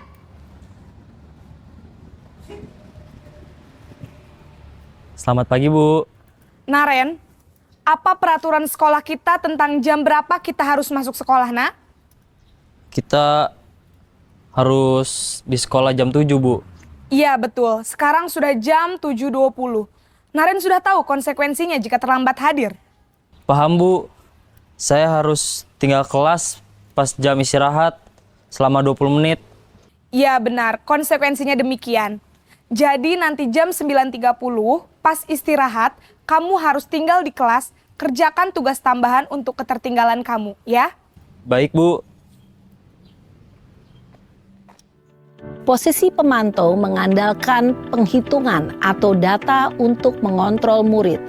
Guru mengarahkan murid berdasarkan peraturan dan konsekuensi. Seorang pemantau menunjukkan bahasa tubuh dan ekspresi wajah yang datar dan cenderung formal.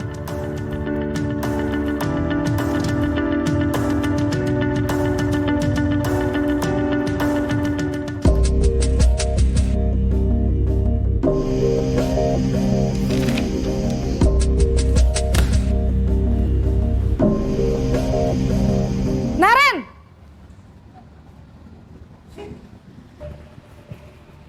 Selamat pagi, Bu. Selamat pagi, Naren. Maaf, Bu. Saya terlambat. Iya, sekolah masuknya jam 7, sekarang sudah jam 7.20. Jadi sekarang bagaimana ini, Naren? Maaf, Bu. Saya lupa setel alarm saya semalam. Baiklah, menurut kamu, keyakinan sekolah yang mana yang perlu kamu tingkatkan? Menghargai diri sendiri dan orang lain mungkin ya, Bu.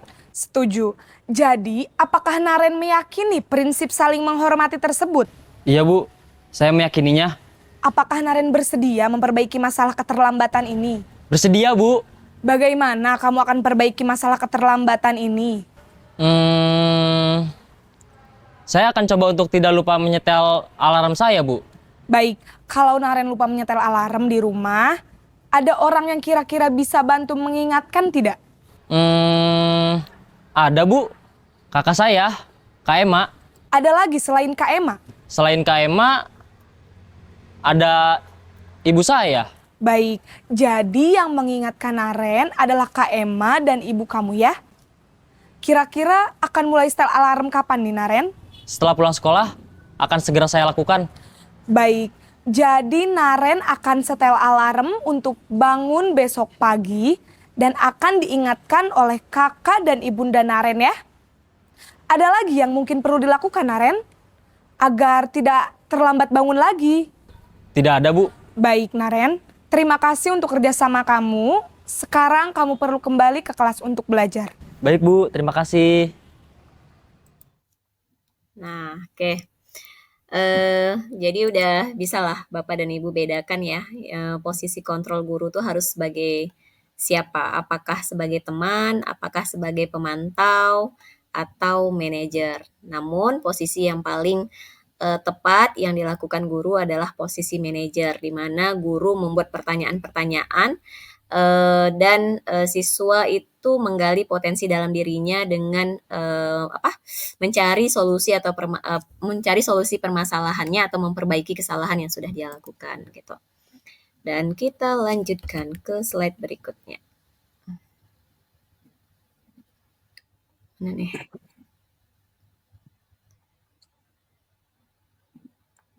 Oke. Nggak keluar deh. Kita ulang.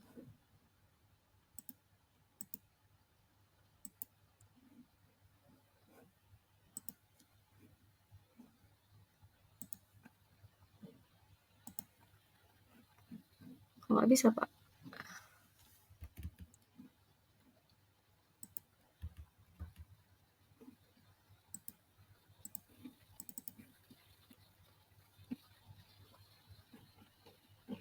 Sambil menunggu, ada yang mau ditanyakan?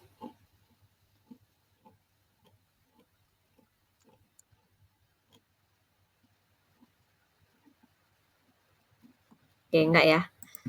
Saya minta izin ini langsung ke sini, ke keyakinan kelas. Oke. Nah, ini tadi yang kita bahas tadi.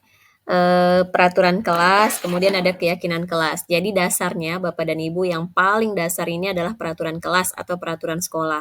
Maka kita harus turunkan peraturan yang sudah kita buat di sekolah kita turunkan menjadi keyakinan kelas. Jadi untuk apa keyakinan kelas ini? Yaitu tadi untuk menelaah apakah ada nilai-nilai kebaikan dari peraturan kelas yang sudah kita buat, yang sudah kita susun. Dan keyakinan kelas ini menggunakan kalimat positif, tidak boleh pakai kalimat negatif. Misal nih, jangan mencontek gitu, itu tidak dianjurkan karena keyakinan kelas kalimatnya harus kalimat positif atau kalimat tindakan langsung gitu. Misalnya bersikap jujur dalam segala tindakan, misalnya seperti itu. Jadi kalimatnya harus kalimat positif untuk membudayakan anak berpikiran atau menanggapi hal-hal semuanya juga positif, tidak dengan menggunakan kalimat negatif.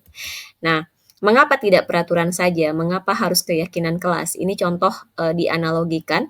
Mengapa kita memiliki peraturan harus menggunakan helm bila mengendarai kendaraan roda 2? Jawabannya apa? Karena supaya menjaga keselamatan gitu ya. Nah, keselamatan itulah nilai kebajikan yang sedang kita yakini, yang kita yakini. Jadi kita yakin bahwa pada saat kita menggunakan helm, maka kita akan selamat gitu ya. Nah, ini yang harus kita lakukan pada saat membuat keyakinan kelas. Jadi pada saat kita menyusun keyakinan kelas, ada nilai keyakinan yang kita yakini bahwa itulah hasilnya. Contoh nih tadi, jujur dalam segala tindakan, maka nilai kebajikan yang sedang kita yakini itu apa? Yaitu kejujuran gitu. Kejujuran itu baik, kejujuran itu berharga gitu. Kemudian yang berikutnya adalah mengapa kita memiliki peraturan 3M pada saat COVID dulu, yaitu menggunakan masker, mencuci tangan, dan menjaga jarak. Nah, ini untuk kesehatan dan keselamatan.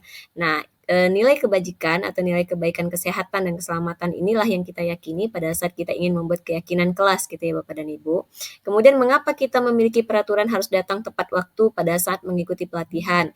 Misalnya ini untuk disiplin diri begitu.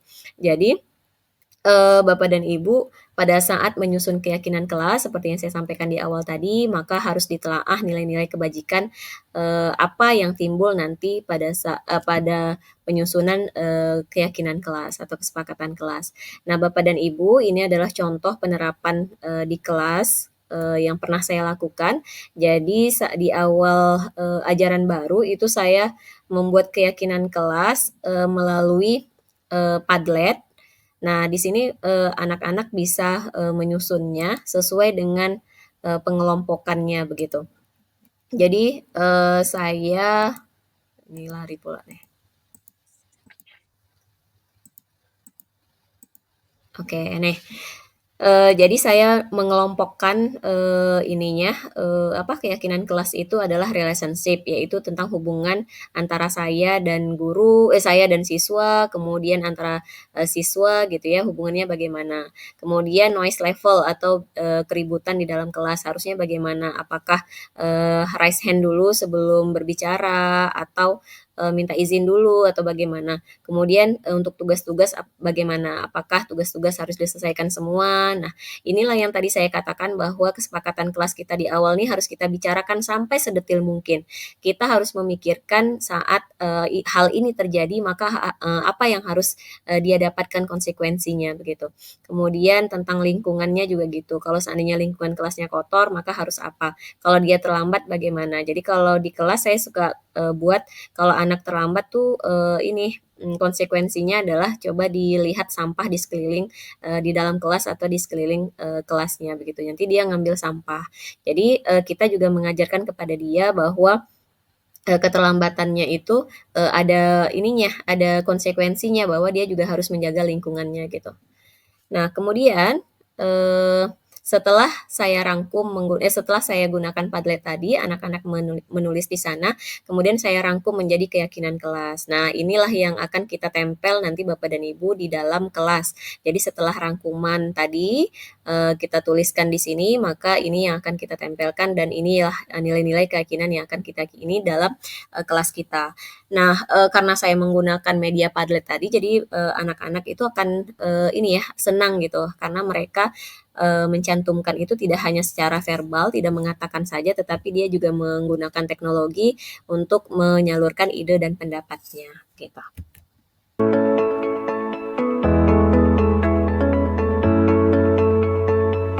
Nah, kemudian yang terakhir adalah restitusi. Ini terakhir ya Bapak dan Ibu.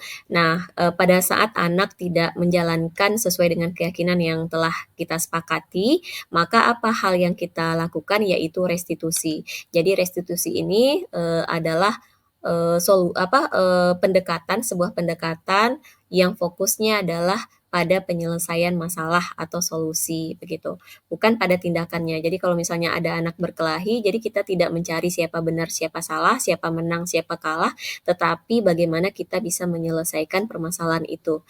Jadi anak juga yang menggali nanti potensi diri anak itu kita gali bagaimana dia bisa mencari solusi atas perilakunya, atas tindakan yang sudah dia lakukan begitu.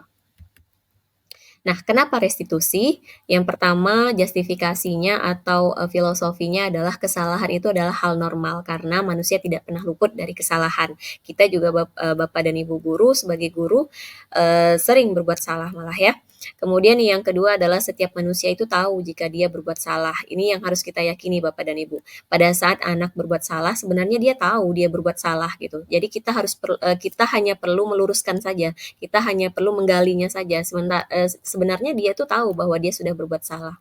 Nah, kemudian filosofi berikutnya adalah semakin disalahkan, anak akan menjadi tidak percaya diri dan fokus pada kesalahannya. Dan bahkan pada saat Bapak dan Ibu mengintimidasinya, dia bisa saja menghakimi dirinya sendiri gitu. Dia fokus pada kesalahan yang sudah dia lakukan, penyesalan begitu.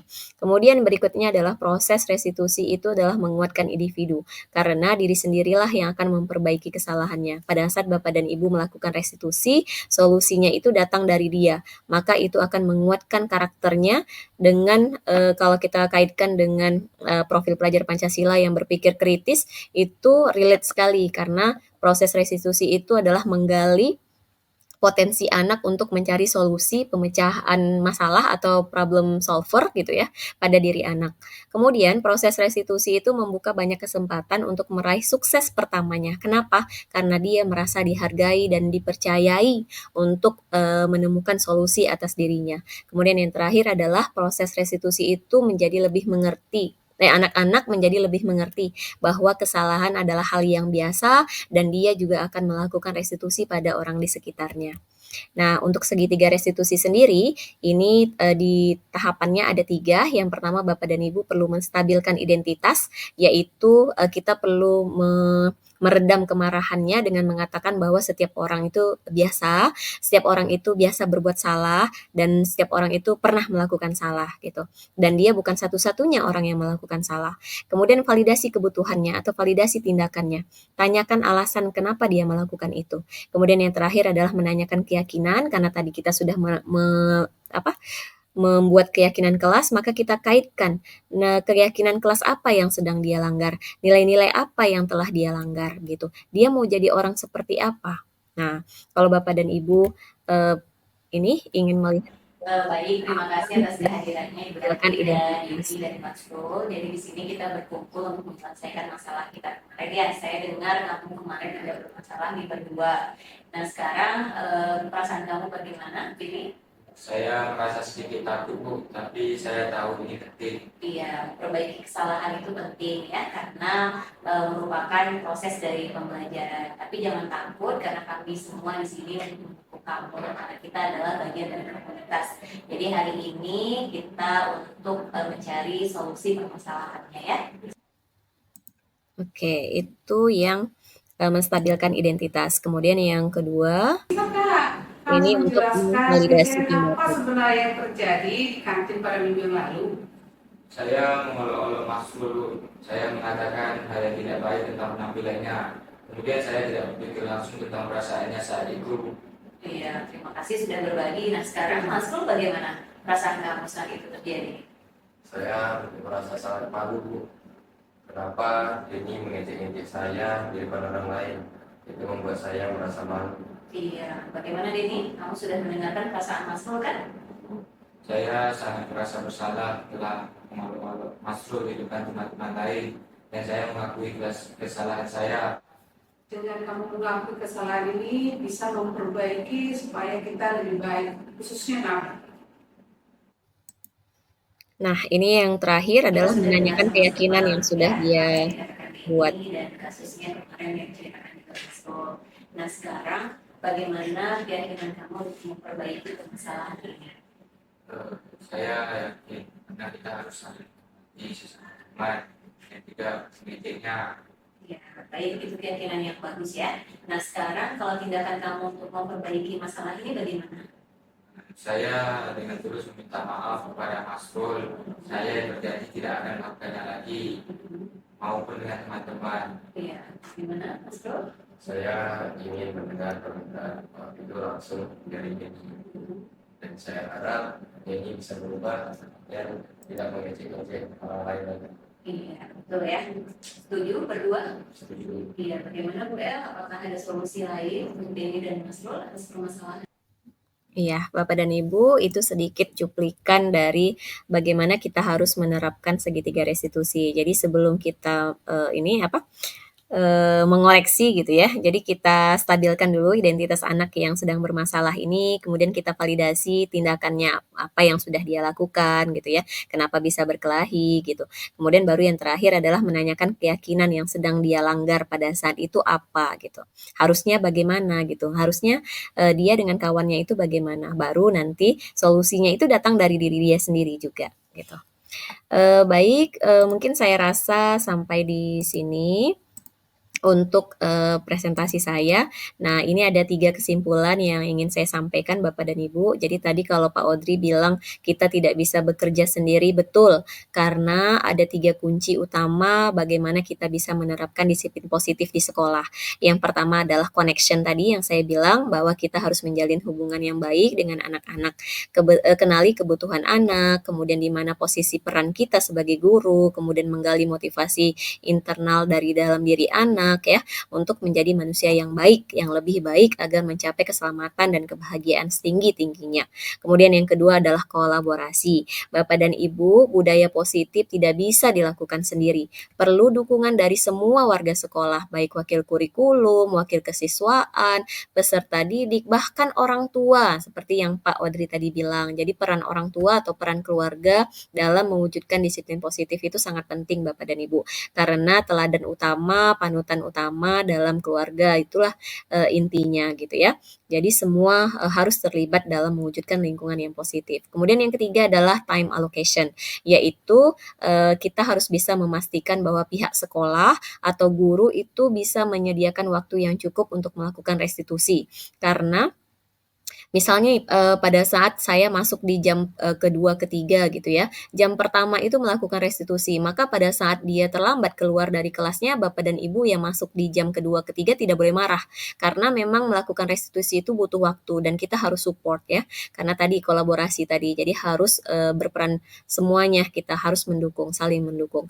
Nah, restitusi ini tidak hanya untuk anak-anak yang bersalah atau membuat kasus, restitusi bisa dilakukan juga untuk anak tidak melakukan salah. Dengan bagaimana caranya? Yaitu dengan melakukan dialog bersama mereka. Nah, Bapak dan Ibu, sampai di ujung ini penyebaran pemahaman dari saya. Nah, silahkan jika Bapak dan Ibu punya pertanyaan. Cukup 2 saja kayaknya ya. Oke, Pak Iwan, silahkan. Ya, baik, langsung aja Bu Dewi. Ya. Nilai-nilai kebajikan yang dimaksud ini, apa sudah ada form khusus atau memang sesuai dengan penilaian guru itu masing-masing, Bu? Oke, baik. Terima kasih. Ya, lagi mau tambah? Ya, maksud saya gini, pendidikan karakter gitu ya. Oke. Kan sudah ada belasan, babak 17 apa tuh karakter itu. Yang di sini saya tanya nilai kebaikan itu yang dimaksud itu. Ya, ini yang di sini tidak dibatasi nilai kebaikannya. Ini adalah nilai kebaikan universal, Pak. Jadi apapun. Nah, namun kalau di pembelajaran kurikulum Merdeka kan kita tahunya cuma 6 ya di profil pelajar Pancasila.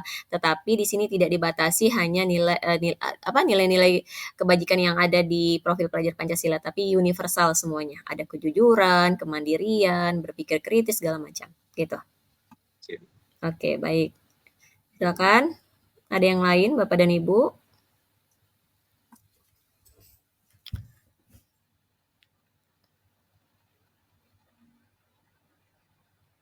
Bu El, ada yang mau ditanyakan, Bu El? Pak Odri?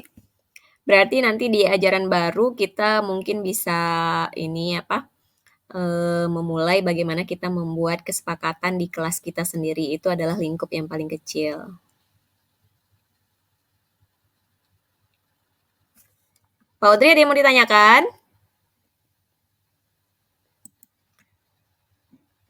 Bu, oke. Ibu, ya. Oke, udah jelas berarti ya?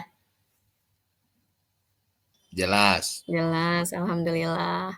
Ibu Yuli, ada yang mau ditanyakan, Bu Yul?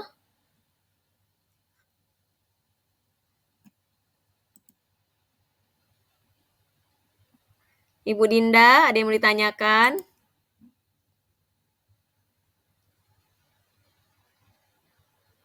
Ibu Zura? Tidak ada. Pak. Bu Epa? Cukup jelas. Baik, nah kalau memang sudah jelas Bapak dan Ibu, mungkin kita akhiri sampai di sini. Semoga apa yang saya paparkan, apa yang saya sebarkan tadi sama-sama dapat kita pahami dan kita laksanakan di sekolah. Paling tidak ada hal ada salah satu dari budaya positif yang saya paparkan ini dapat Bapak Ibu terapkan. Apakah disiplin diri, apakah nanti keyakinan kelas atau segitiga restitusi begitu. Nah, nanti kalau seandainya di perjalanan ada yang tidak tepat atau perlu diskusi, kita diskusi bersama dan saling mengingatkan ya Bapak dan Ibu. Jadi saya di sini bukanlah orang yang paling benar, tetapi hanya menyampaikan pemahaman yang sudah saya dapatkan. Semoga nanti kita semua, kita bersama bisa mewujudkan disiplin positif, lingkungan belajar yang positif di sekolah kita. Nah, lebih dan kurang mohon maaf dan terima kasih atas kehadiran Bapak dan Ibu pada malam ini. Saya tutup. Wassalamualaikum warahmatullahi wabarakatuh. Waalaikumsalam warahmatullahi wabarakatuh.